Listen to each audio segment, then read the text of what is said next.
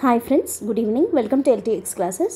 ఈరోజు మనం ఈ వీడియోలో విజయనగర డైనాసిటీకి సంబంధించి తల్లికోట వార్ అనే ఎపిసోడ్ గురించి అండ్ ఆరవీడు డైనాసిటీ గురించి డిస్కస్ చేసుకుందాం. Before going to start this session, ఒక important announcement from LTX classes ఏంటంటే యూపీఎస్సీ ఇన్ఫినిటీ ప్రోగ్రామ్ కింద GS foundation prelims and mains include అయి ఉంటుంది. CSAT, NCERT foundation, current affairs, ప్రిలిమ్స్కి సంబంధించిన టెస్ట్ సిరీస్ ప్రోగ్రామ్ అండ్ దాంతోపాటు మెయిన్స్ ఆన్సర్ రైటింగ్ ప్రోగ్రామ్ని కూడా కలిపి మీకు యూపీఎస్సీ ఇన్ఫినిటీ ప్రోగ్రామ్గా ఇవ్వడం జరుగుతుందన్నమాట.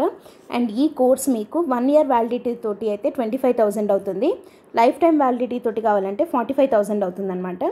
అండ్ ఇదంతా కూడా మీకు సంబంధించి ఏదైనా ఫ్రీ డెమో సెషన్ కావాలి అనుకున్నా, ఇంకేమైనా ఫర్దర్గా డౌట్స్ అండ్ క్లారిఫికేషన్స్ మీకు ఇంకా కావాలి అనుకున్నా కూడా you can contact this number or else you can go through the website ltxclasses.com.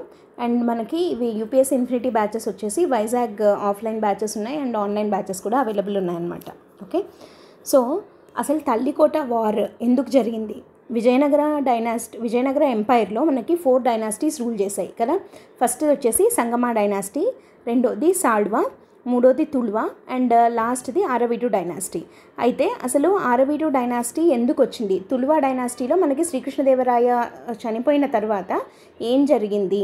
అప్పుడు అలయరామరాయ రూల్లోకి వచ్చారు కదా. అయితే ఆ టైంలో జరిగిండేది తల్లికోట వార్. అసలు run up to Talikota war. ఎందుకు తల్లికోట వార్ దారి తీసింది? ఎందుకు చేయాల్సి వచ్చింది ఆ యుద్ధము? అండ్ ఆ తర్వాత జరిగిన కాన్సిక్వెన్సెస్ ఏంటి? ఆ తర్వాత ఆరవీడు డైనాసిటీ ఎలా ఫామ్ అయింది, దాంట్లో ఏం జరిగింది అనేది ఇప్పుడు మనం చూద్దాం. ఓకేనా?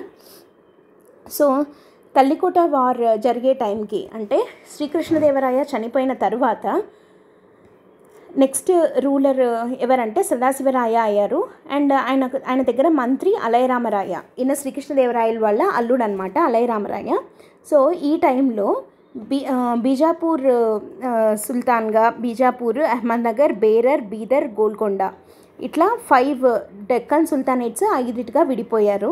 అండ్ ఒక్కొక్క దానికి ఉన్న రూలర్స్ ఎవరు అనేది చూడండి. గోల్కొండకు వచ్చేసి ఇబ్రహీం కులీ కుతుబ్ షా, బీదర్కి వచ్చేసి అలీ బరీద్ షా, బేరర్కి వచ్చేసి దరియా ఇమద్ షా, అహ్మద్నగర్కి వచ్చేసి హుసేన్ నిజాం షా, బీజాపూర్కి వచ్చేసి అలీ ఆదిల్ షా. సో వీళ్ళు వీటి యొక్క రూలర్స్ అనమాట. అయితే తల్లికోట వార్ వరకు ఏం జరిగింది అని అంటే చూద్దాము. బీజాపూర్ సుల్తాన్ అలీ ఆదిల్ షా చాంద్ బీబీ అనే అమ్మాయిని లవ్ చేశాడు. ఎవరు?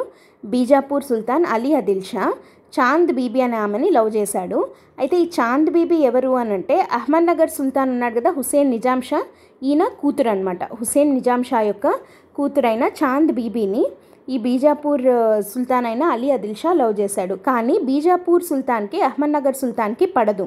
సో కాబట్టి ఈ Bijapur Sultan Ali Adil Shah took the help of Ibrahim Quli Qutb Shah of Golconda Ibrahim Quli Qutb Shah దగ్గరికి వెళ్ళి హెల్ప్ అడిగాడు అనమాట. ఏమని? హుసేన్ నిజాం షా దగ్గరికి వెళ్ళి తన లవ్ గురించి చెప్పి వాళ్ళ కూతుర్ని తనకిచ్చి పెళ్లి చేయడానికి ఒప్పించు అని చెప్పి ఇబ్రహీం కులీ కుతుబ్ షాని హెల్ప్ అడిగాడు అలీ ఆదిల్ షా ఆఫ్ బీజాపూర్. అయితే Ali Adil Shah asked help of Golconda Ibrahim Quli. కాబట్టి అలీ ఆదిల్ షా తరపున ఇబ్రహీం కులీ కుతుబ్ షా అహ్మద్నగర్కి వెళ్ళాడు. ఎవరి దగ్గరికి? హుసేన్ నిజాం షా దగ్గరికి వెళ్ళాడనమాట. అయితే ఈ గ్యాప్లో ఏం జరిగింది అంటే ఈ హుసేన్ నిజాం షాకి ఇంకొక కూతురుంది. ఆమె పేరు ఏంటి అని అంటే అలీ ఆదిల్ షా చాంద్ బీబీల పెళ్లి కోసం అని చెప్పి ఇబ్రహీం కులీ అహ్మద్నగర్కి వెళ్ళాడు కదా. అక్కడ ఆ ఇబ్రహీం కులీ ఎవరిని చూశాడు అంటే హుసేన్ నిజాం షాకి ఇంకో కూతురు ఉంది. ఆమె పేరే బీబీ జమాల్. ఓకే, ఫస్ట్ ఆమె పేరేమో చాంద్ బీబీ, ఈమెను లవ్ చేసింది అలీ ఆదిల్ షా. రెండో కూతురు బీబీ జమాల్ని లవ్ చేసిండేది ఇబ్రహీం కులీ కుతుబ్ షా. సో ఈమెను లవ్ చేశాడు. సో పనిలో పని అలీ ఆదిల్ షా పెళ్లి మాటలతో పాటు ఇబ్రహీం కులీ కుతుబ్ షా తన లవ్ గురించి కూడా అహ్మద్నగర్ సుల్తాన్ హుసేన్ నిజాం షాకి చెప్పాడు. కాబట్టి ఏమైంది? హుసేన్ నిజాం షా ఒప్పుకున్నాడు. సో హుసేన్ నిజాం షా పెద్ద కూతురైన చాంద్ బీబీకి బీజాపూర్ సుల్తాన్ అలీ ఆదిల్ షా ఉన్నాడు కదా, ఈయనకిచ్చి పెళ్లి చేశాడు. అండ్ రెండో కూతురు బీబీ జమాల్ని వచ్చేసి గోల్కొండ సుల్తాన్ అయిన ఇబ్రహీం కులీ కుతుబ్ షాకి ఇచ్చి పెళ్లి చేశాడు. సో ఇప్పుడు ఎవరందరూ ఒక గ్రూప్ అయ్యారు? అహ్మద్నగర్ సుల్తాన్ హుసేన్ నిజాం షా, బీజాపూర్ సుల్తాన్ అలీ ఆదిల్ షా అండ్ గోల్కొండ సుల్తాన్ అయిన ఇబ్రహీం కులీ కుతుబ్ షా. వీళ్ళు ముగ్గురు ఒక గ్రూప్ అయ్యారు. సో ఫైనల్లీ అహ్మద్నగర్ హుసేన్ నిజాం షాకి బీజాపూర్ అలీ ఆదిల్ షా, గోల్కొండ ఇబ్రహీం కులీ ఇద్దరు అల్లుళ్ళు అయ్యారనమాట. సో ఇప్పుడు వీళ్ళందరూ ఒక గ్రూప్ అయ్యారు, అహ్మద్నగర్, బీజాపూర్, గోల్కొండ. ఇంకా మిగిలినవేవి మనకి బీదర్, బేరర్ కదా. ఇప్పుడు వాళ్ళల్లో మళ్ళీ చూడండి, అహ్మద్నగర్ హుసేన్ నిజాం షా వైఫ్ బేరర్ సుల్తాన్ అయిన దరియా ఇమాద్ షా అని ఉన్నాడు కదా, ఇక్కడ మనం చెప్పుకున్నాం. బేరర్ సుల్తాన్ ఎవరు? దరియా ఇమాద్ షా. ఈ దరియా ఇమాద్ షా కూతురే అహ్మద్నగర్ హుసేన్ నిజాం షా యొక్క వైఫ్ అన్నమాట. సో కాబట్టి వీళ్ళు కూడా బంధువులు అయిపోయారు. బేరర్ అంటే ఆల్రెడీ వాళ్ళు బంధువులే. అహ్మద్నగర్ అండ్ బేరర్ ఆల్రెడీ రిలేటివ్సే అనమాట. మ్యాట్రిమోనియల్ అలయన్స్ ఉంది వాళ్ళిద్దరి మధ్య. సో అప్పటికే అహ్మద్నగర్ హుసేన్ నిజాం షా వైఫ్ బేరర్ సుల్తాన్ అయిన దరియా ఇమాద్ షా యొక్క కూతురు. కాబట్టి ఇప్పుడు ఎవరెవరు ఒక గ్రూప్ అయ్యారు? అహ్మద్నగర్, బీజాపూర్, గోల్కొండ, బేరర్. ఇంకా మిగిలిండేది ఏంటి? బీదర్ మాత్రమే. సో ఇంకా వీళ్ళందరూ ఒకటయ్యారు కాబట్టి బీదర్ కూడా వీళ్ళల్లో కలిసిపోయి ఈ 5గురు కలిసి ఒక గ్రూప్, ఒక స్ట్రాంగ్ గ్రూప్గా ఫామ్ అయ్యారు. అప్పటి వరకు వాళ్ళ మధ్య యూనిటీ లేదు. ఆ యూనిటీ లేకుండా పోవడానికి వాళ్ళలో వాళ్ళ గొడవలు పెట్టిండేది కూడా, వాళ్ళ ఇంటర్నల్ విషయాల్లో దూరి వాళ్ళలో వాళ్ళ గొడవలు పెట్టిండేది కూడా అలియరామరాయులే. సో కాబట్టి అది వీళ్ళు అర్థం చేసుకున్నారు, మనం యునైటెడ్గా ఉంటేనే ఎదిరించగలుగుతాము అని చెప్పి. మన హిందూ రూలర్స్, మన విజయనగర రూలర్స్లో కానీ, జనరల్గా హిందూ రూలర్స్లో కానీ ఏదైతే ల్యాకింగ్ ఉందో అదే వీళ్ళల్లో ఈ డక్కన్ సుల్తానేట్ రూలర్స్లో ఉందన్నమాట. అంటే యూనిటీ ఉంది. సో యునైటెడ్గా ఉంటే స్ట్రాంగ్గా ఉంటాము అని చెప్పి అర్థం చేసుకొని వీళ్ళు 5గురు కలిసి ఒక స్ట్రాంగ్ గ్రూప్గా ఫామ్ అయ్యారనమాట. ఇప్పుడు తల్లికోట వారి యొక్క సెకండ్ రీజన్ చూద్దాం. ఈ సెకండ్ రీజన్ చూసే కన్నా ముందు మనం ఇక్కడ ఒకటి అర్థం చేసుకోవాలి. ఇది చూస్తే సెకండ్ రీజన్ ఇంకా ఈజీగా అర్థమవుతుంది. ఏంటది అనంటే, తల్లికోట వార్ టైంలో లేదా అలైరామరాయలు ఉన్న టైంలో మార్టిన్ ఆల్ఫాన్సో డిసౌజా అనే పోర్చుగీస్ గవర్నర్ రామేశ్వరము, కాంచీపురము, శ్రీరంగము ఇట్లాంటి క్షేత్రాలకు చాలా నష్టం కలిగించాడు. అండ్ అక్కడ కన్వర్షన్స్ కూడా ఎక్కువ చేస్తున్నాడు, రిలీజియస్ కన్వర్షన్స్. క్రిస్టియానిటీలోకి పోర్చుగీస్ గవర్నర్ అయిన ఈ మార్టిన్ ఆల్ఫాన్సో డిసౌజా ఎక్కువగా కన్వర్షన్స్ చేస్తున్నాడు. కాబట్టి అలైరామరాయలు ఏం చేశాడంటే రిటర్న్లో వాళ్ళ మీద రివెంజ్ తీర్చుకోవడానికి, ఎవరి మీద? ఈ పోర్చుగీస్ మీద రివెంజ్ తీర్చుకోవడానికి అని చెప్పి అలైరామరాయలు వాళ్ళ చర్చెస్ని ధ్వంసం చేశాడనమాట. చర్చెస్కి నష్టం కలిగించాడు. అండ్ అట్లా చర్చెస్కి నష్టం కలిగించాడు కాబట్టి ఇక్కడ చూడండి, పోర్చుగీస్ ఎక్కడెక్కడ చర్చిలు కట్టారు అప్పుడు అంటే చంద్రగిరిలో, వేలూరులో కట్టారు. ఈ 2 చోట్ల ఉన్న చర్చిలని అలైరామరాయలు ధ్వంసం చేశాడనమాట. కాబట్టి పోర్చుగీస్ వాళ్ళకి అలైరామరాయల మీద కోపం వచ్చి, అప్పటి వరకు వాళ్ళ మధ్య ఉన్న ఒప్పందం ఏంటి అనంటే, పోర్చుగీస్ వాళ్ళు వాళ్ళ గుర్రాలని అండ్ వార్ టెక్నాలజీని, శ్రీకృష్ణదేవరాయల టైంలో పోర్చుగీస్ తోటి మంచి రిలేషన్స్ ఉన్నాయన్నమాట, చాలా ఫ్రెండ్లీ రిలేషన్స్ ఉండేవి. సో అప్పుడు శ్రీకృష్ణదేవరాయలకి పోర్చుగీస్ వాళ్ళ మధ్య ఒప్పందం ఏంటి అనంటే, ఈ బహమనీస్కి వాళ్ళ వార్ టెక్నాలజీని కానీ గుర్రాలను కానీ అమ్మకూడదు, ఓన్లీ శ్రీకృష్ణదేవరాయలకు మాత్రమే అమ్మాలి అని చెప్పి ఒక కండిషన్, ఒక అగ్రిమెంట్ ఉండేది. కానీ ఇప్పుడు ఈ అలైరామరాయలు చర్చిలను ధ్వంసం చేయడం వల్ల ఏం జరిగింది? ఆ వార్ టెక్నాలజీని, గుర్రాలని వీళ్ళు పోర్చుగీస్ ఏం చేశారు? బహమనీస్కి కూడా ఇవ్వడం స్టార్ట్ చేశారనమాట. కాబట్టి ఇప్పుడు వాళ్ళు ఇంకా స్ట్రాంగ్గా తయారయ్యారు బహమనీస్. అండ్ థర్డ్ రీజన్కి వస్తే, అలైరామరాయలు ముస్లిమ్స్ని ఎక్కువగా సైన్యంలో చేర్చుకున్నాడు. అండ్ విజయనగరంలో తురకవాడలో గోవధకి కూడా అనుమతి ఇచ్చాడు. ఇది ప్రీవియస్ క్వశ్చన్. విజయనగరంలో అంటే హంపి, విజయనగరంలో తురకవాడ అని చెప్పి ముస్లిమ్స్ కోసం అదే పనిగా కన్స్ట్రక్ట్ చేసిన దాంట్లో గోవధ అంటే కౌ స్లాటర్కి కూడా పర్మిషన్ ఇచ్చిన రాజు ఎవరు అంటే అలైరామరాజు. అంటే ముస్లిమ్స్ కోసం ఆయన అంత చేశాడు. కానీ ఒక పాయింట్ ఆఫ్ టైంలో ఏమైంది? తల్లికోట వార్లో ఈ ముస్లిమ్స్ అందరూ అవతల ఫైట్ చేస్తున్నది ఎవరితో? బహమనీస్తో. బహమనీస్ ఎవరు? ముస్లిమ్సే కదా. సో కాబట్టి వాళ్ళ వైపుకి వీళ్ళు సడన్గా జంప్ అయిపోయారు, షిఫ్ట్ అయిపోయారు.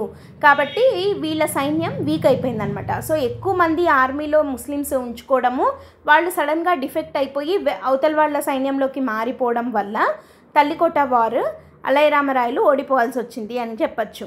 ఓకేనా, అదొక రీజన్. అండ్ ఇంకొకటి చూడండి, అసలు ఇది ఇబ్రహీం కులీ కుతుబ్ షాని మల్కిబరామా అని అంటారు. ఈ ఇబ్రహీం కులీ కుతుబ్ షాకి ఒకప్పుడు అలైరామరాయలు చాలా చాలా హెల్ప్ చేస్తుంటాడు. అసలు ఇబ్రహీం కులీ కుతుబ్ షా ఒక పాయింట్ ఆఫ్ టైంలో చనిపోతాడు అనుకున్నప్పుడు అతను బ్రతకడానికి కారణమే అలైరామరాయలు. మరి అట్లాంటిది అలైరామరాయల మీదకి ఇబ్రహీం కులీ కుతుబ్ షా ఎందుకు యుద్ధానికి వస్తున్నాడు అంటే దానికి రీజన్ ఏంటి అని అంటే, ఏలూరు జమీందారు వాసువెల్లి రావు, కొన్ని చోట్ల వాసువెల్లి రెడ్డి అని ఉంది, వాసువెల్లి రావు అనే ఆయన శిస్తు కట్టలేదు, ట్యాక్స్ కట్టలేదు. అట్లా ఎందుకు కట్టలేదు అని చెప్పి అతన్ని బంధించి ఇబ్రహీం కులీ కిందకే వస్తారు కదా, గోల్కొండ కిందకే వెళ్తుంది కదా ఏలూరు కూడా, ఒకప్పుడు మనమంతా గోల్కొండ కింద ఉండేవాళ్ళం. సో ఇబ్రహీం కులీ బంధించి వాసువెల్లి రావుని ఎందుకు శిస్తు కట్టట్లేదు నువ్వు అని అడిగితే అతను ఏమన్నాడంటే అలైరామరాయలు నన్ను శిస్తు కట్టద్దన్నాడు అని చెప్పాడనమాట. అయితే నిజంగా అలైరామరాయలు అలా చెప్పాడా చెప్పలేదా అని చెప్పి క్రాస్ చెక్ కూడా చేయకుండా ఇబ్రహీం కులీ కుతుబ్ షా అలైరామరాయల మీదకి తన కోసం చేసిన అప్పటి వరకు చేసిన హెల్ప్నంతా మర్చిపోయి అలైరామరాయలకి అగెయిన్స్ట్గా తయారయ్యాడు. అప్పటి వరకు చాలా హెల్ప్ చేసినా కూడా ఇట్లా నన్నే బ్యాక్ స్టాప్ చేస్తావా, మోసం చేస్తావా అని చెప్పి అలైరామరాయలకి అగెయిన్స్ట్గా అయ్యాడు ఇబ్రహీం కులీ కుతుబ్ షా. ఓకేనా. సో ఇదంతా జరగడం వల్ల తల్లికోట వార్ జరిగింది. సో ఇది run up to Talikota war అనమాట. అయితే తల్లికోట వార్కి ఇప్పుడు మళ్ళీ ఒకసారి మొత్తం రీజన్స్ అన్నీ ఒక చోట చూసినట్టయితే టోటల్గా 5 రీజన్స్ని మనం చెప్పచ్చు. ఏంటి 5 రీజన్స్ అంటే marriages of Golconda and Bijapur sultans. ఇదే కదా మనం ఇందాక చూసింది. బీజాపూర్ సుల్తాన్ వచ్చేసి అహ్మద్నగర్ నిజాం షా యొక్క పెద్ద కూతుర్ని, గోల్కొండ సుల్తాన్ ఇబ్రహీం కులీ కుతుబ్ షా వచ్చేసి అహ్మద్నగర్ సుల్తాన్ యొక్క రెండో కూతుర్ని పెళ్లి చేసుకోవడము. దానివల్ల వాళ్ళందరూ ఒక ఫ్యామిలీ లాగా అయ్యారు కాబట్టి కలిసిపోయారు. అండ్ అప్పటికే బేరర్ ఆయన కూతురు దరియా ఇమద్ షా కూతురు అహ్మద్నగర్ నిజాం షా యొక్క వైఫ్ కాబట్టి వాళ్ళందరూ ఒక గ్రూప్గా ఫామ్ అయ్యారు. అదొక రీజను. తర్వాత పోర్చుగీస్ ఎక్కువగా కన్వర్షన్స్ చేయడము, దానివల్ల దానికి రివెంజ్ లాగా అలైరామరాయలు పోర్చుగీస్ చర్చెస్ని డిస్ట్రక్షన్ చేయడము, ఇదొక రీజన్. తర్వాత deployment of more Muslims in army by అలైరామరాయ. ఇందాక చూసాం కదా, తుర్కవాడలో గోవదకు కూడా పర్మిషన్ ఇచ్చాడు, అంతా చేసుకున్నాడు. కానీ వాళ్ళు ఏం చేశారు, మధ్యలో అటువైపుకి షిఫ్ట్ అయిపోయారు. తర్వాత ఇబ్రహీం కుతుబ్ షా చేసిన నమ్మక ద్రోహం బికాజ్ ఆఫ్ వాసువెల్లి రెడ్డి లేదా వాసువెల్లి రావు. ఇతను చెప్పిండేది విని ఇబ్రహీం కులీ కుతుబ్ షా మీద అలైరామరాయలు పెట్టుకున్న నమ్మకాన్ని అతను పోగొట్టుకున్నాడు. ఎందుకంటే క్రాస్ చెక్ కూడా చేసుకోకుండా అగెయిన్స్ట్గా తయారయ్యాడు. సో ఇది రీజన్స్ ఫర్ తల్లికోట వార్. అయితే తల్లికోట వార్ ఎలా జరిగింది, ఎప్పుడు జరిగింది అంటే January 1565 ADలో జరిగింది. Very very important episode in Vijayanagara empire ఇది. ఈ తల్లికోట వార్ గురించి మనకు వేటి ద్వారా తెలుస్తుంది అంటే సోర్సెస్ మనకేమున్నాయి అంటే బాలభాగవతం అనే బుక్లో, కేలది నృప విజయం అనే బుక్లో ఉంది. అండ్ దాంతోపాటు ఏ ఫర్గాటన్ ఎంపైర్, ఇది వెరీ ఇంపార్టెంట్ సోర్స్. ఏ ఫర్గాటన్ ఎంపైర్ అని రాబర్ట్ స్యూయల్ రాసిన బుక్ ద్వారా మనకి తల్లికోట వార్ గురించిన కంప్లీట్ ఇన్ఫర్మేషన్ మనకు తెలుస్తుంది. అయితే అసలు ఈ తల్లికోట వార్ ఎవరెవరికి మధ్య జరిగింది అని అంటే, పేరుకు కింగ్ ఎవరు, సదాశివరాయలు. కానీ యాక్చువల్గా రూలింగ్ అంతా చేసేది అలైరామరాయలే, కానీ పేరుకైతే సదాశివరాయలే రాజు. అండ్ అతని మంత్రి అలైరామరాయలు. ఈయన ఎవరు, అలైరామరాయలు శ్రీకృష్ణదేవరాయలు వాళ్ళ అల్లుడు కదా. అలైరామరాయలు సదాశివరాయలు కింగ్, అతని మంత్రి అలైరామరాయలు. అండ్ అలైరామరాయలుకి 2 బ్రదర్స్ ఉన్నారు, వాళ్ళ పేర్లు తిరుమల రాయలు, వెంకటాద్రి రాయలు. సో వీళ్ళందరూ ఒక గ్రూప్. ఓకే, సదాశివరాయలు, అలైరామరాయలు అండ్ అలైరామరాయలు యొక్క బ్రదర్స్ అయిన తిరుమల రాయ అండ్ వెంకటాద్రి రాయ, వీళ్ళందరూ ఒక గ్రూప్ వర్సెస్ ఈ పక్క మొత్తం బహమనీ సుల్తానేట్ 5 మంది. బీజాపూర్ అలీ ఆదిల్ షా, బీదర్ బరియా ఇమద్ షా, అహ్మద్నగర్ హుస్సేన్ నిజాం షా, గోల్కొండ ఇబ్రహీం కుతుబ్ షా. వీళ్ళు నలుగురు ఒకవైపు. ఇక్కడ బేరర్ మాత్రం తల్లికోట వార్లో పార్టిసిపేట్ చేయలేదు. Darya Imad Shah did not participate in Talikota war. ఇది very very important previous year question. Talikota వార్లో భాగం కాని బహమనీ సుల్తానేట్, డక్కన్ సుల్తానేట్ ఏది అని అంటే బేరర్ దీంట్లో పార్టిసిపేట్ చేయలేదు. ఓకే. అండ్ అక్బర్, అప్పుడు రాజు ఎవరు అని అడగచ్చు. Akbar offered help to Bahmanis in this war but they refused his help. ఎందుకంటే అక్బర్ కూడా ముస్లిం కాబట్టి బహమనీస్కి హెల్ప్ చేస్తాను అని అడిగాడు, కానీ వాళ్ళు అతని హెల్ప్ని రిఫ్యూజ్ చేశారు. ఇక్కడ మనం గుర్తుపెట్టుకోవాల్సింది శ్రీకృష్ణదేవరాయ తర్వాత అక్బర్, వీళ్ళిద్దరు కాంటెంపరీస్ అని చెప్పచ్చు. Akbar offered help to Bahmanis in this war but they refused his help అనమాట. నెక్స్ట్, తల్లికోట వార్ని ఏం పేర్లతో పిలుస్తారు అంటే it is also known as రాక్షస తంగడి, బన్నిహట్టి, భోగాపురం, తల్లికోట వార్.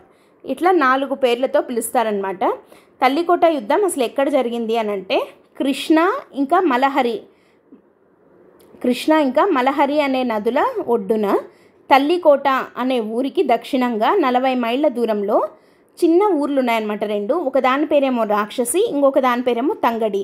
సో రాక్షసి, తంగడి అనే 2 గ్రామాల మధ్య 6 నెలల పాటు జరిగింది ఈ తల్లికోట వార్.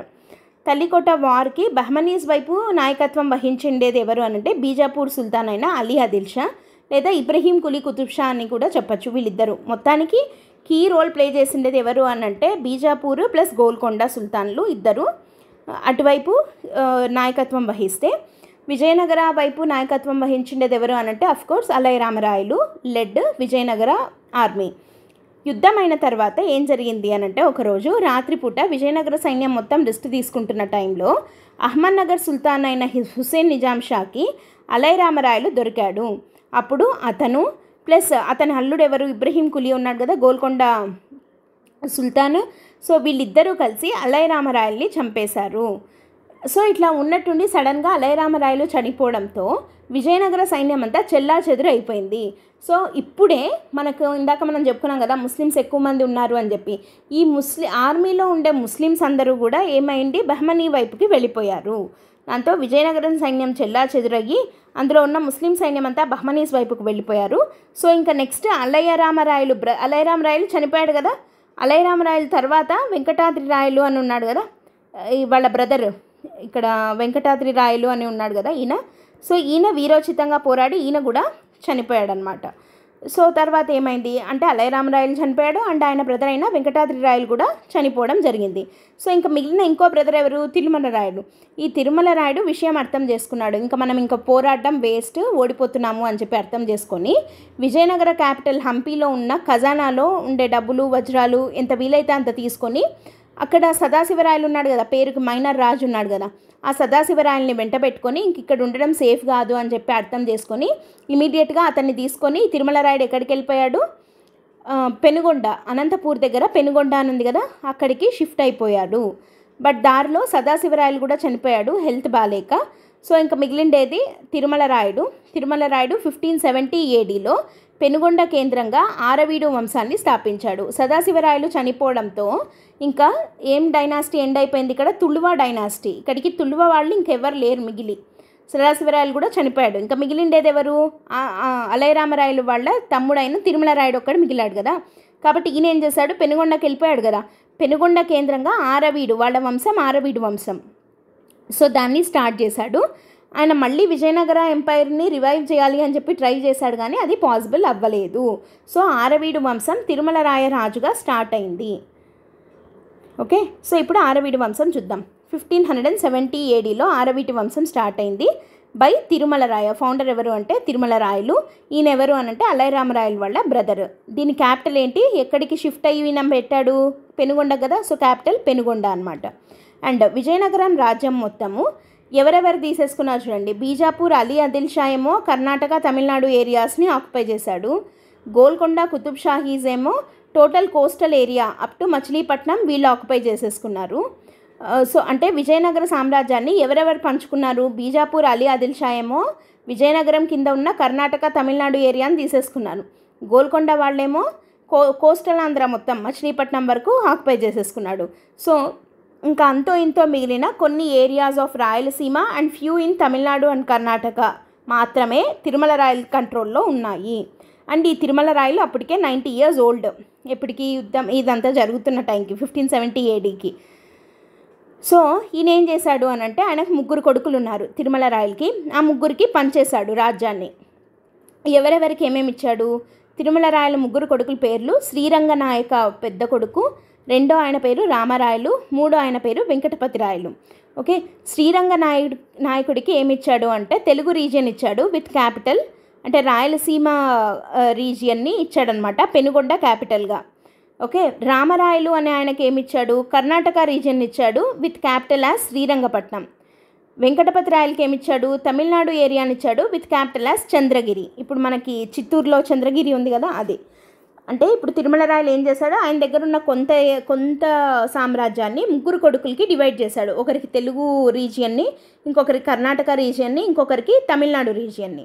శ్రీరంగ నాయకులకు వచ్చేసి రాయలసీమ రీజియన్ని విత్ క్యాపిటల్ యాజ్ పెనుగొండ, అంటే మెయిన్ పెద్ద కొడుకు కదా కాబట్టి మెయిన్ క్యాపిటల్ని ఇతనికి ఇచ్చాడు. రామరాయలకు వచ్చేసి Karnataka region with capital as శ్రీరంగపట్నంని ఇచ్చేశాడు. వెంకటపతి రాయలకు వచ్చేసి Tamil Nadu region with capital as Chandragiri పనిచేశాడనమాట.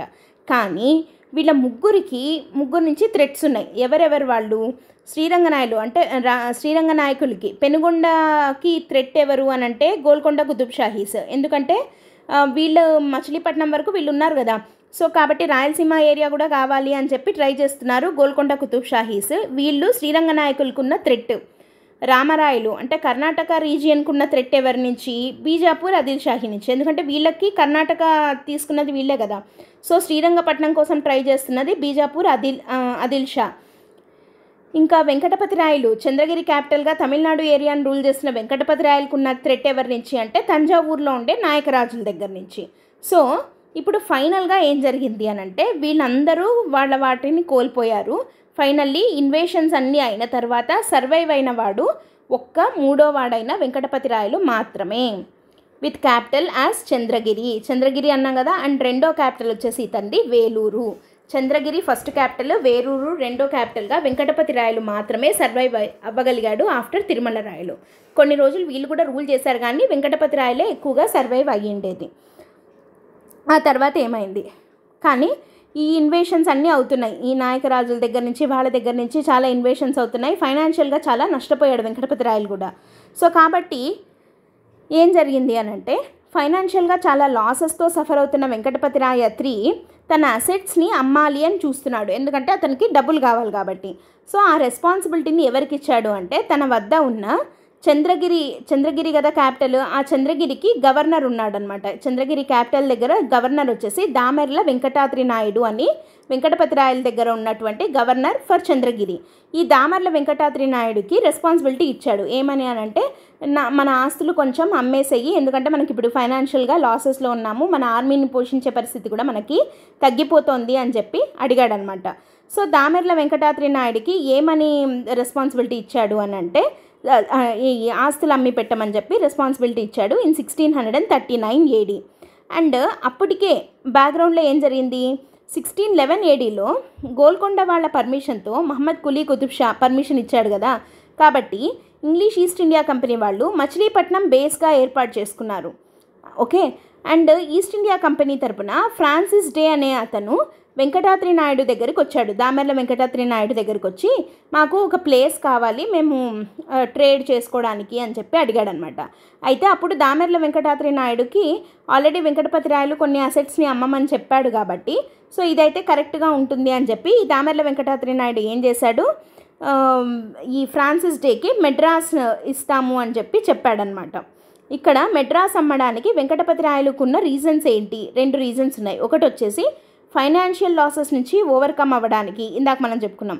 రెండోది ఏంటి అనంటే వాళ్ళు ఏదైతే ఏరియాని ఈస్ట్ ఇండియా కంపెనీకి ఇస్తాము అని అంటున్నారో అక్కడ చేనేత కార్మికులు ఉన్నారు, వాళ్ళవి మేము అమ్మి పెడతాము, మేము ఎక్స్పోర్ట్స్ చేసుకుంటాము అని చెప్పి ఫ్రాన్సిస్ డే చెప్పాడు అనమాట. సో కాబట్టి వాళ్ళకి హెల్ప్ అవుతుంది అని ఈ 2 రీజన్స్తో అమ్మడం జరిగింది.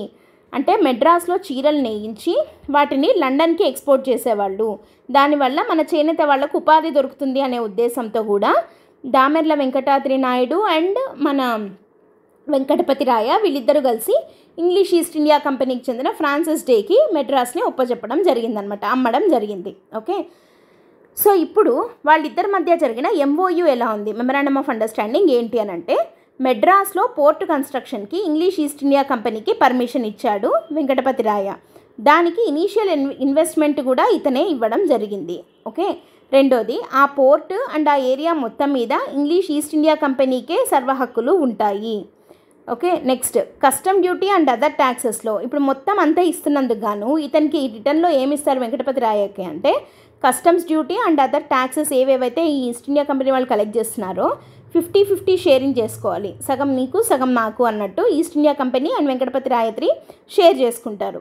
అండ్ చేనేత పని వారికి ఈస్ట్ ఇండియా కంపెనీ తగిన ట్రైనింగ్ ఇచ్చి అడ్వాన్సెస్ ఇవ్వాలి, అంటే లోన్ అడ్వాన్సెస్ లాగా ఇచ్చి ఇవ్వాలి.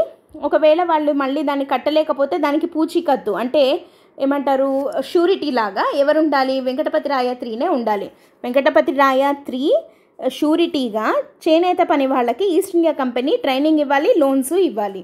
తర్వాత మెడ్రాస్ పోర్టులో ఏ ఓడకైనా హామ్ జరిగితే వెంకటపతి రాయ IIIనే దానికి నష్టపరిహారం చెల్లించాలి. అంటే వేరే యూరోపియన్ పవర్స్ నుంచి ఈ బ్రిటిష్ ఇంగ్లీష్ వాళ్ళకి ఏమన్నా హామ్ జరిగితే దానికి రెస్పాన్సిబిలిటీ ఎవరు తీసుకోవాలి, వెంకటపతి రాయనే. అంటే ఏమని అర్థము, వాళ్ళకి సెక్యూరిటీ ప్రొవైడ్ చేయాల్సిన రెస్పాన్సిబిలిటీ వెంకటపతి రాయ మీదే ఉంది అని చెప్తున్నారు అనమాట. అండ్ ఇంకొక MOU ఏంటి అని అంటే 1646 ADలో జరిగింది ఇంకొక MOU between English East India company and Srirangaraya III. ఇతను లాస్ట్ విజయనగర కింగ్ అనమాట. దీని ప్రకారం ఏంటి అంటే ఫోర్ట్ కన్స్ట్రక్ట్ చేసుకోవచ్చు మెడ్రాస్లో by English East India company. పైన పోర్ట్, ఇక్కడ ఫోర్ట్, కోట. ఆ కోట మీద ఏదైనా దాడి జరిగితే శ్రీరంగరాయ IIIనే వీళ్ళని కాపాడడానికి రావాలి. ఓకే, ఇక్కడ పోర్ట్ మీద ఏదన్నా దాడి జరిగితే వెంకటపతిరాయ III రక్షించాలి అంటున్నాము. సెకండ్ MOU 1646లో సదాశివరాయ IIIకి ఈస్ట్ ఇండియా కంపెనీకి మధ్య జరిగింది. ఇక్కడ ఫోర్ట్ కన్స్ట్రక్ట్ చేసుకోవచ్చు, ఫోర్ట్ మీద దాడి జరిగితే వీళ్ళే కాపాడడానికి రావాలి అని చెప్తున్నాం. ఓకే, అయితే ఇంతకు మొత్తానికి వెంకటపతిరాయ III వీళ్ళకి ఇచ్చేశాడు కదా. అయితే దీని అంతటికి రెస్పాన్సిబిలిటీ ఎవరు? దామెర్ల వెంకటాద్రి నాయుడు కదా, Chandragiri governor. So he was mainly responsible in this Madras deal between East India company and Venkatapatiraya. కాబట్టి అంటే ఇటువైపేమో ఫ్రాన్సిస్ డే, అటువైపేమో దామెర్ల వెంకటాద్రి నాయుడు. సో దీని అంతటికీ కారణం ఇతనే కాబట్టి ఆ ఏరియాకి, అంటే ఏ ఏరియా అయితే వాళ్ళకి ఇచ్చారో ఈస్ట్ ఇండియా కంపెనీకి, ఆ ఏరియాకి దామెర్ల వెంకటాద్రి నాయుడు వాళ్ళ నాన్నగారైన దామెర్ల చెన్నప్ప నాయుడు అనే ఆయన పేరు పెట్టడం జరిగింది. అతని పేరు చెన్నప్ప నాయుడు కాబట్టి అతని పేరు మీద ఆ ఏరియాకి ఏం పేరు పెట్టారంటే చెన్నపట్టణం అని పేరు పెట్టారు. ఈ పట్టణమే మనం ఇప్పుడు చెన్నై అని అంటున్నాం. సో చెన్నై అని ఏదైతే అంటున్నామో అది చెన్నపట్టణం అని అంటారు కదా, దాని నుంచి వచ్చింది. చెన్నపట్టణం ఎందుకు వచ్చింది? దామెర్ల చెన్నప్ప నాయుడు పేరు మీద. దామెర్ల చెన్నప్ప నాయుడు ఎవరు? దామెర్ల వెంకటాద్రి నాయుడు వాళ్ళ ఫాదర్. దామెర్ల వెంకటాద్రి నాయుడు ఎవరు?